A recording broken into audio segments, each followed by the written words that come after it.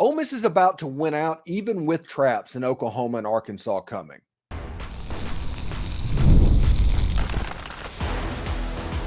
You are Locked On Ole Miss, your daily podcast on the Ole Miss Rebels. Part of the Locked On Podcast Network, your team every day. Hi, I'm Steven Willis, a 10-year veteran member of the national media with Yahoo Sports and a former Ole Miss staff member.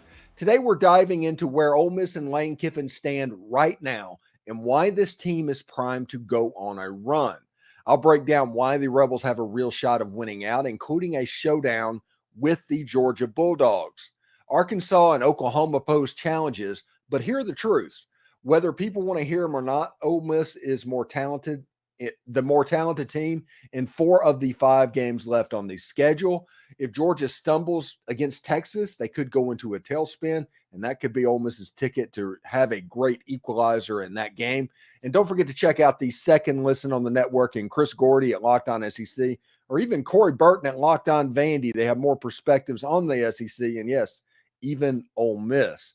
This is the Locked On Ole Miss podcast, your daily podcast on the Ole Miss Rebels, part of the Locked On Podcast Network, your team every day. We're free and available on all the podcast apps and on YouTube. Thank you for making Locked On Ole Miss your first listen every day, and a special hello to the insiders and everydayers who make this show what it is.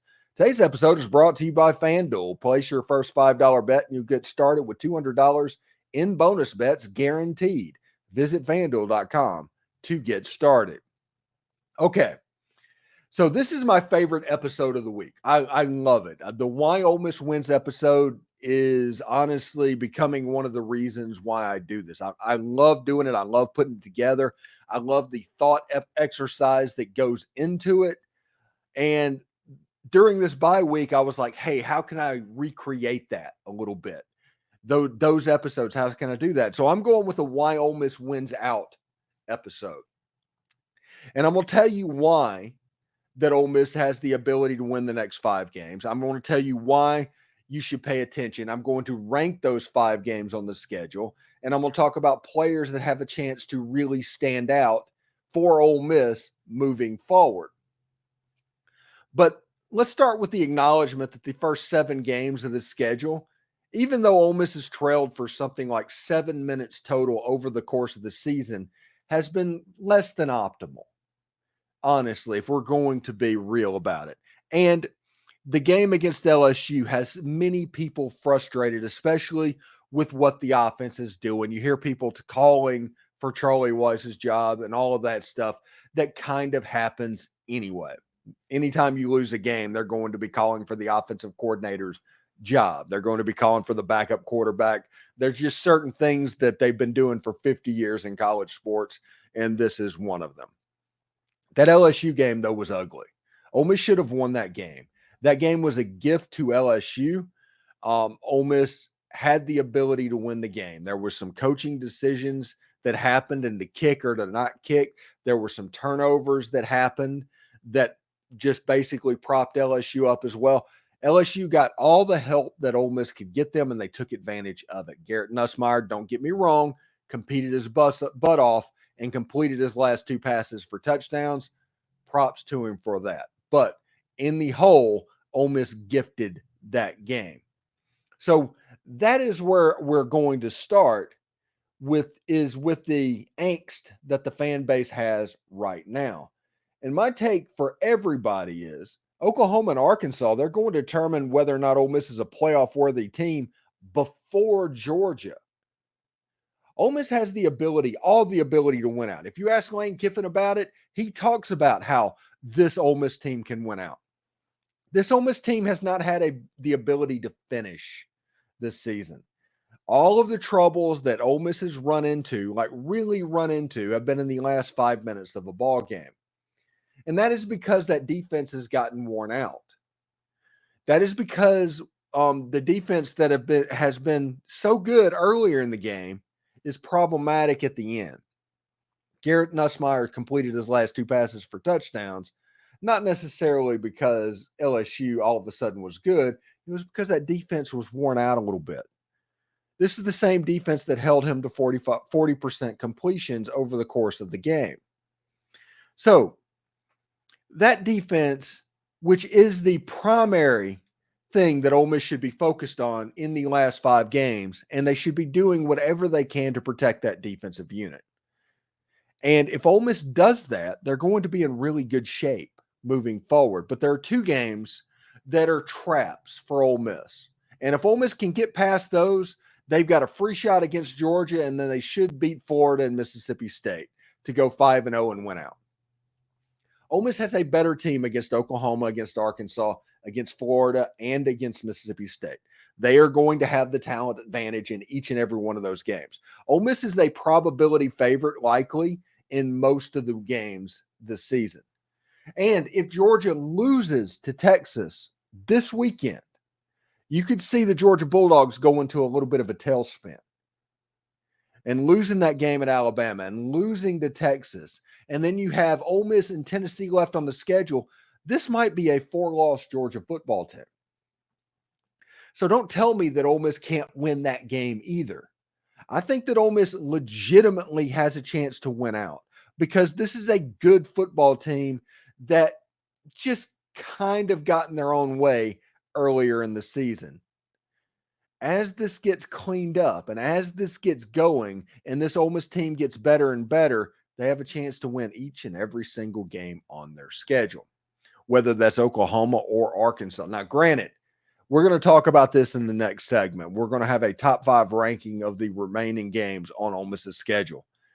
I'm going to tell everybody right now, my number 1 on that list is not the Georgia Bulldogs. It is the Arkansas Razorbacks at this point.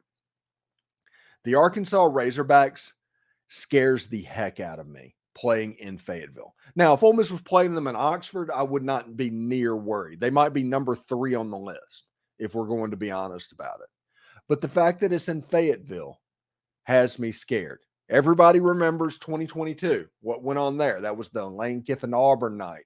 And Arkansas's offense came out really humming, and they scored 30 points or something in the first half, and that game was basically over.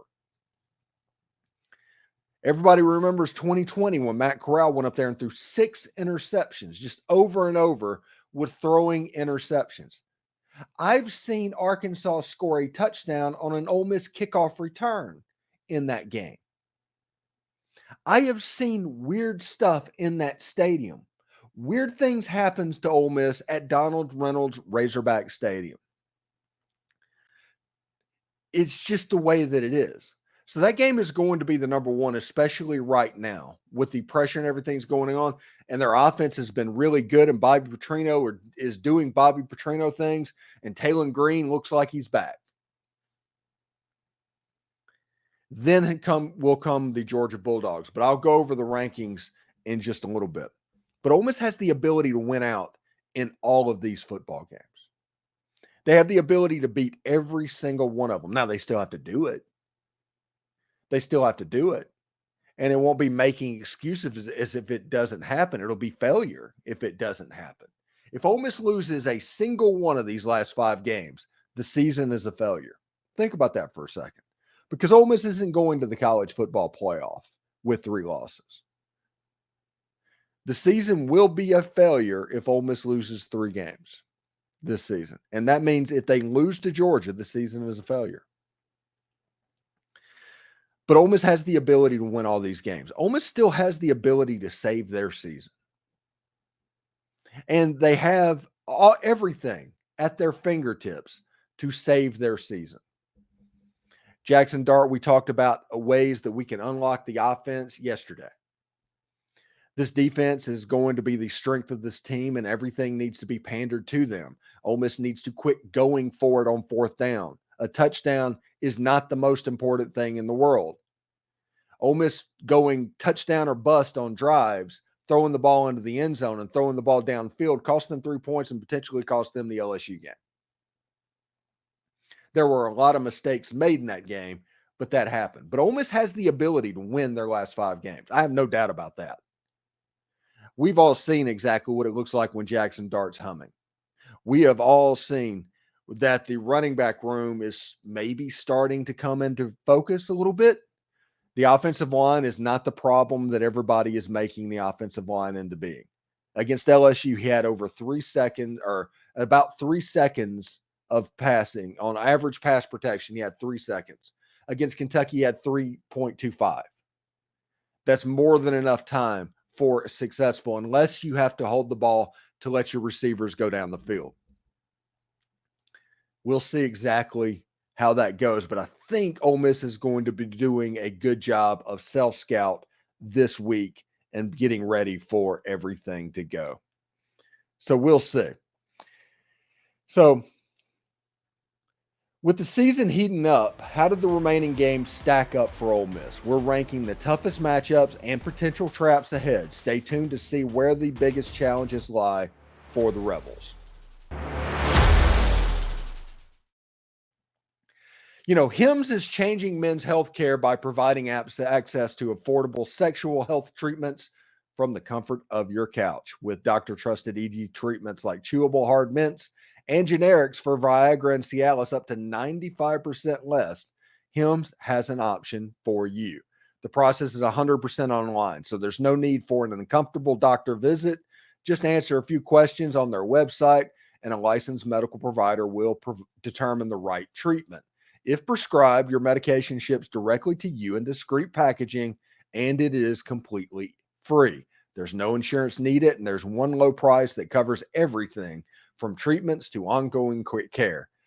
The hundreds of thousands of subscribers HIMSS has helped many men regain their confidence, and they can help you too. So start your free trial and visit on today at hims.com/lockedoncollege. That's HIMS.com/lockedon to explore your personalized ED treatment options. Remember, these products mentioned are chewable compounded products that have not been verified by the FDA for safety or effectiveness. Prescriptions require an online consultation with healthcare providers to determine whether or not they're appropriate. Restrictions apply. See the website for full details and important safety information. Subscriptions are required, and pricing varies based on product and plan. Take control of your performance and get HIMSS today so you can feel confident when it matters most. Yeah, it's easy for me to say, right? So there's 5 games left on Ole Miss's schedule. 5 real opportunities for Ole Miss. And I've taken the opportunity to rank these 5 games. And so you can see exactly where the traps are lying. You can see exactly where the schedule lines up in a beneficial way for Ole Miss and where it does not. And here is the final 5. To win out, you have to win these 5 games. And I've ranked these in order of toughest to weakest. But I will tell you why I rank them where I rank them. The Arkansas Razorbacks, number 1, I think that was an easy thing to rank, okay? Ole Miss has had trouble in Donald Reynolds Razorback Stadium as much as they have in Tiger Stadium. Weird things happen to Ole Miss in that stadium. So I think that's going to be a tough game, and at the level that it was a trap before the season, it is a super trap now because it is also the game preceding that Georgia football games. And like I said, that game is going to be massively important no matter what. So this Arkansas game becomes a super trap. Arkansas has brought back Taylon Green. Their defense is really good. They're making plays on the outside. Bobby Petrino has them humming a little bit. And that Oklahoma State game, that Oklahoma State disaster for them, is the reason they're not highly ranked at this moment. So Arkansas is the number 1 toughest game on the schedule for Ole Miss moving forward. Then is the Georgia Bulldogs. That's the most talented team that Ole Miss is going to face. They're not the best at the moment. They've struggled, and they haven't quite been right. It almost looks like Georgia's had trouble replacing Brock Bowers and the alien than he is. And those running backs are not quite what they were a year ago. You don't have as much talent on the offensive line. Overall, I don't think Georgia's just as good as they were a year ago. I think Georgia's a worse version of themselves, even though defensively, there's top 100 players all over the field. The talent is there, but for some reason, it's not being developed. It's not being something for Georgia this year. So Georgia's going to fall down to the number 2. And don't forget, if Georgia loses on Saturday to the Texas Longhorns, you could be looking at a tailspin for the Georgia Bulldogs. And they could end up going down that road of the 1990 Michigan team, or I forget the year. I think it was 90, the year that Ole Miss played Michigan in the Gator Bowl. Georgia could be doing something very similar to where they're the most talented team in the entire country, but it just doesn't work. And right now, it's just not working. Number 3, I've got the Florida Gators, and that's because of where the game is. That's the only reason, is because of where the game is and where it sits on the schedule. Florida Gators are the game after the Georgia Bulldogs. If Ole Miss beats Arkansas, Oklahoma, and Georgia and makes it through, there might be the ability, the want to by Ole Miss to kind of exhale. They think they've done it. They think they've accomplished everything. There's still 2 more games to play, and Ben Hill Griffin Stadium in Florida is a dangerous facility. So with DJ Lagway and all of that, and let's not even, consider what that game could look like on the outside during the bye week. There's a lot of Arkansas similarities that could be happening in that ball game, if you know what I mean, from 2022. So we'll see exactly how that goes and how Ole Miss looks moving forward. Florida has a potential to kind of jump up and bite Ole Miss. The last time Ole Miss played in Florida was 2015 with Chad Kelly, and Ole Miss looked atrocious in that game. But this is a game that Ole Miss is going to have the better team. They're going to have more motivation. They're going to be going up against a true freshman quarterback. It's also imperative to remember that 3 through 5 on this list, Ole Miss is going up against true freshman quarterbacks with this defense. So it should be a advantage Ole Miss in that situation. But number 3 on this list is the Florida Gators. Number 4 is the Oklahoma Sooners. The reason Oklahoma is not ranked higher, because they are a good team defensively, is because this game is in Oxford. Honestly, let's just be real about that. It's because this game is in Oxford. Michael Hawkins and the Oklahoma offense hasn't quite been right. We'll see exactly what they look like against South Carolina, and that defense, which is pretty good. That defense is pretty good. They're not as good as Ole Miss, but they're pretty good. Let's see how they handle that Oklahoma offense. Seth Luttrell at offensive coordinator has struggled a little bit. And because of that, I think that Oklahoma would have been better with Jackson Arnold if they'd have just stayed with him. I think throwing in a true freshman for the confidence that is kind of starting to get shattered a little bit is problematic for somebody that had all the future in the world. If you're going to shatter conference, you should shatter Jackson Arnold's, if we're going to be honest. And the 5th one is Mississippi State. They're playing a little bit better right now, but this is still a team that could end up like 3-9 or something like that. They're not particularly good. They play Texas A&M this weekend. It could be like a 41-3 type ball game. We'll see exactly the fit that Texas A&M gets in Starkville in that game. But the top 5 toughest games in order that Ole Miss has left on their schedule, number 1 is the Arkansas Razorbacks. Not the most talented team, but because of where that game sits on the schedule, where the game is being played, all of that stuff raises Arkansas to number 1. Number 2 is the Georgia Bulldogs. Number 3 is the Florida Gators. Number 4 is the Oklahoma Sooners. And number 5 is the Mississippi State Bulldogs. That is how I look at the end of this season. All games are difficult. You have to win every game to go 5-0. So there's no overlooking anyone. But if you look at the way the schedule lines up, the next 3 games are the season. You have to beat Oklahoma. You have to beat Arkansas. You have to beat Georgia. Those next 3 games, by November 12th, we will know if this season has a chance to be a success or if this season is a failure. It's interesting. That's kind of just the way it is. We'll see how it goes. So with 5 crucial games ahead, which Ole Miss players will step up when it matters most, from explosive playmakers to rising stars? Do not miss our breakdown on who to watch as the Rebels make their push. Hey, NFL fans, you can start your season off with a big return on FanDuel. It's America's #1 sports book right now. Ole Miss is a pick'em this week for the bye week. I'm kidding, of course. But if you want to tune in next week to see how they stack up against the Oklahoma Sooners, I honestly recommend that. So when you get a hunch in the middle of the game, you can check out the latest stats, live play-by-play, and so much more on the same page where you place your bets. You'll get started with $200 in bonus bets guaranteed when you place your first $5 bet. That's FanDuel.com. Really interesting stuff. I'm pretty excited about what's going on in the last 5 games. Have a chance to just be awesome if we're going to be real about it. And because of this, I want to talk about players that you need to watch moving forward.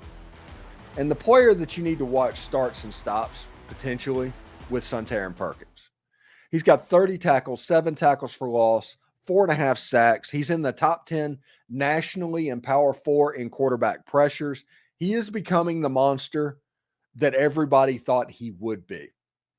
Now, a lot of this is happening whenever he's having to fill in for Princely and Momiellan. I don't know what that's going to look like when Princely gets back on the field, because Princely's an NFL guy as well. This defense has a chance to be really good regardless. Against LSU a week ago, having Princely at full speed would have helped out Ole Miss out, if we're just going to be real about it. But Suntarine Perkins becoming that versatile monster on Ole Miss's defense is important. It is a third down winner. It is somebody that you have to account for. It is almost like a Corey Moore, if anybody's old enough to remember what he was like in the 1990s, playing defensive end at Virginia Tech. Suntarine Perkins is doing everything that's asked of him. He's holding up well against the run. All in all, he's playing really good football right now. And as this gets more and more effective, as the season goes on, I think you will see Suntarine start to get home a little bit more. Like I said, he is top 10 in the entire country in Power 4 in quarterback pressures, but he only has like 4 sacks. So he's not quite getting there right now. Eventually, he's going to get there, or at least they're going to get it. He's going to affect the quarterback in such a way that the defense makes plays. Suntarine Perkins is the #1 player to watch on this Ole Miss team moving forward. Period. He is kind of the canary in the coal mine when it comes to winning out, beating Georgia, beating Arkansas.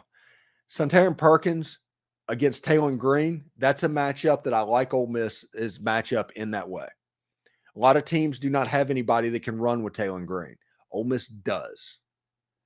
So that is a good piece for an 11 o'clock kickoff in Arkansas. Against Georgia, getting to Carson Beck. Ole Miss did not touch Carson Beck a year ago. Did not get there at all. In fact, Ole Miss went out and got the defensive line that they got because of that game. Suntarine Perkins can get to the quarterback, can get to Carson Beck. Him and Princely and Momiellan and Jared Ivey and those guys have a chance to affect that ball game in a very positive way. I think Georgia doesn't realize the buzzsaw they're going to walk in and see that day if Ole Miss beats Oklahoma and Arkansas. If Ole Miss is undefeated in the next 2 games going into that Georgia game, I think that has a chance to be a buzzsaw. It has a chance to be a cauldron. And all of the goals for Ole Miss, everything kind of goes into that game, which would be a play-in game for the 12-team playoff. It would be a play-in game at that point. And this defensive line has a chance to be absolutely massive. Suntarine Perkins is a massive part of that. Don't forget Walter Nolan and J.J. Pegues in the middle of that defense. They are doing a great job. If you look at Ole Miss in run defense this year, they're giving up 66.5 yards per game running the football. Through 7 games, we are getting close, getting really close to that you are what you are section of the season. And right now, what Ole Miss is a defensive football team. A really defensive, really good defensive football team. Because on the back end of that defense, listen, Ole Miss wore down at the end of the game, and Garrett Nussmeier completed his last two passes for touchdowns. But before that, they were able to keep him at 40% for the game. One touchdown for 59 minutes. If Ole Miss in that game would have protected the defense and done the things that Ole Miss needed to do to protect that defense, none of that happens. The same thing that I honestly can say the same thing about Kentucky there too. It doesn't matter if they're completing a 4th and 7 for a first down. You'd prefer they not. It should have never gotten there is the point. So we'll see. Suntarine Perkins affecting Carson Beck, affecting Taylon Green, affecting Michael Hawkins. That is going to place a major role. And Hawkins is a very, very quick runner with the football. Perkins is going to have a massive role in this game with how athletic that quarterback is. He just is. Another player that I think you need to watch for is TJ Dottery. TJ Dottery is a tackling machine. Chris Paul kind of gets the all the plaudits at the moment. Dottery is getting very, very consistent at that middle linebacker position for Ole Miss moving forward. And because of that, I think there's one game, I do not know which one, but there is one game that Dottery is going to make the difference in. And we'll see exactly how he plays there. I expect Paul to be the blitzer. I expect him to be the A-gap machine. I expect all of that stuff. Those two linebackers and Suntarine Perkins, I guess you could say all three linebackers, are the key to Ole Miss winning their last 5 games this season. Offensively, let's be real about something. It's Jaxson Dart. He needs to get right. He needs to get right now. And if he does that and the coaches help him get right, this offense has a chance to get explosive. And if this offense is explosive at the same time, the defense is just playing ball, there's no chance to win the game for you. But the offense right now is not explosive. You have to get back to the point where that offense is at least good. Right now, they're not particularly good. You have to at least get back to good, to where they're averaging 28, 35 points a game. If that happens, you're in good shape with how good this defense is. If it doesn't, you're not in good shape, because everybody has a strategy on how to deal with this Ole Miss offense right now. And that is everybody run back behind the ball and be deeper than the deepest and say, hey, drive the field. We don't think you're patient enough to do it, and you will self-destruct. And that was the strategy that Kentucky used. That was the strategy that LSU used, and it worked. So we'll see exactly how that goes. Now, Ulysses Bentley IV is also a big player. And I think on the offensive line, when I look at the time that Jaxson Dart had per drop back against LSU and the time that he had against Kentucky, that's 3 seconds per drop back on average. That's not an offensive line fault, at least not to the level that everybody is willing to blame the offensive line right now. Okay? Ole Miss has to figure out a way to help that offensive line out, help Jaxson Dart out, help the receivers out, and help the offense out, which will help the defense out. If Ole Miss can do that, they're going to win the last 5 games on their schedule, whatever's going on. So thank you very much for making Locked On Ole Miss your go-to source for all things Ole Miss sports. We pride ourselves on offering the most comprehensive perspectives, which is why we are the #1 Ole Miss podcast. Your support means the world to us. Thank you for making Locked On Ole Miss your first listen today. For your second listen, check out Locked On SEC Podcast. Host Chris Gordy holds no punches, covering the best conference in college football. Find Locked On SEC on YouTube or wherever you get your podcast. Also, exciting news. You can now become a Locked On Ole Miss Insider. It's the best and easiest way to stay updated on all things Ole Miss sports. Our texting program sends you notifications on anything relevant without the hassle of message boards filled with trolls. Enjoy a 14-day free trial. Experience the future of college sports coverage. We're constantly adding new perks as we grow, so do not miss out. The link is down in the description. For those of you watching on YouTube, we will send you to Locked On College Sports right now. Hotty toddy, everyone.